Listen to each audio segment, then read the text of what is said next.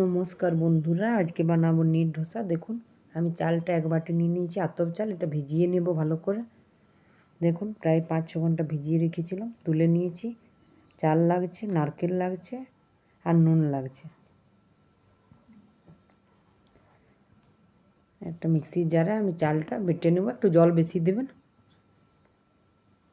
দেখুন বেটে নিয়েছি। এরপরে নারকেলটা দিয়ে আর একটু জল দিয়ে বেটে নেব ভালো করে। দেখুন বাটা হয়ে গেছে। বেটারটাতে আরও যতটা চাল দিয়েছি তার ডবল জল দিব, আর 2 বাটি জল লাগবে এর মধ্যে। জল দিয়ে পরে ভালো করে বেটারটা একদম পাতলা করে নেব, যতটা পাতলা করা যায়। এই ডোসাটাতে যতটা পাতলা করবেন তত ভালো লাগবে খেতে, আর এটা বানানো খুব সহজ। নুনটা দিয়ে দিয়েছি, দেখুন ভালো করে মিক্স করে নেব। দেখুন কতটা পাতলা করেছি। দেখুন মিক্স করার পরে আর একটু জল দেব। যত পাতলা করবেন ততটা ভালো। এটা একটা সাউথ ইন্ডিয়ান ডিশ, খুব ভালো লাগে খেতে, বা খুব অল্প সময়ের মধ্যে হয়েও যায় এটা।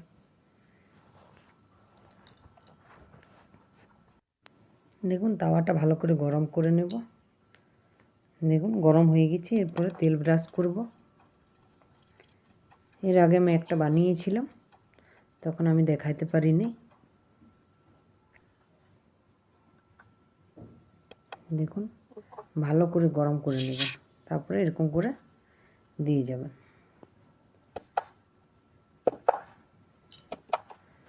যেগুলো খালি খালি আছে ওগুলো ভরে দিবেন। দেখুন আঁচটা হাই ফ্লেমে রাখবেন। তারপরে এটাকে ঢাকা দিয়ে দিবেন, 1-2 মিনিটের মতন ঢাকা দিয়ে দেবেন। ঢাকাটা ছোট হয়ে যাচ্ছে, আমি একটা বড় ঢাকা দেব। দেখুন ঢাকাটা দিয়ে দিয়েছি। দেখুন 2 মিনিটের মতন হয়ে গেছে। এবারে খুলবো আমি। খুললে পরে সাইডগুলো দেখব। দেখুন আর একটু হবে। এরকম করে করে সাইড থেকে তুলবেন। খুব নরম হয়ে ভেঙে যাওয়ার খুব থাকে। তার আগে একটা বানিয়েছিলাম, সেটা হালকা ভেঙে গিয়েছিল, সেটাই আমি দেখাতে পারিনি আপনাদেরকে। দেখুন মোটামুটি উঠে গিয়েছে। সাইডের থেকে এরকম করে নেবেন। দেখুন কি সুন্দর হয়েছে। এটা নারকেল দেওয়াতে এই ধোসাটা খুব ভালো টেস্ট লাগে। দেখুন ধোসাটা হয়ে গেছে। এর সঙ্গে খাওয়ার জন্য একটা চাটনি বানাবো। এটা তুলে নিই।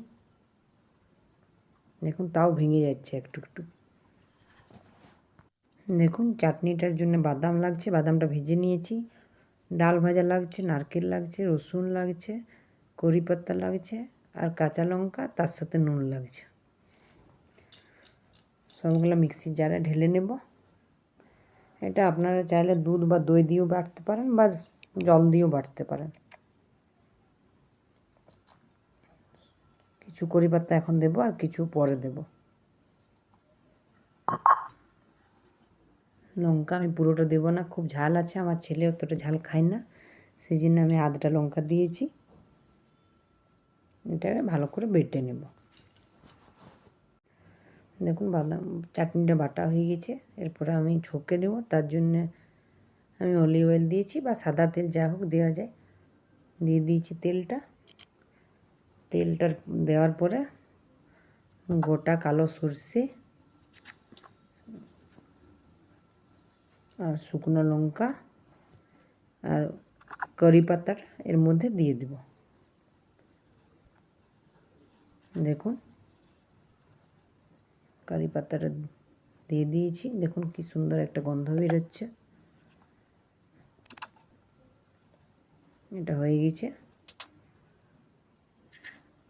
আমি চাটনিটা দেখুন ঢেলে নিয়েছি বাটিতে একটা।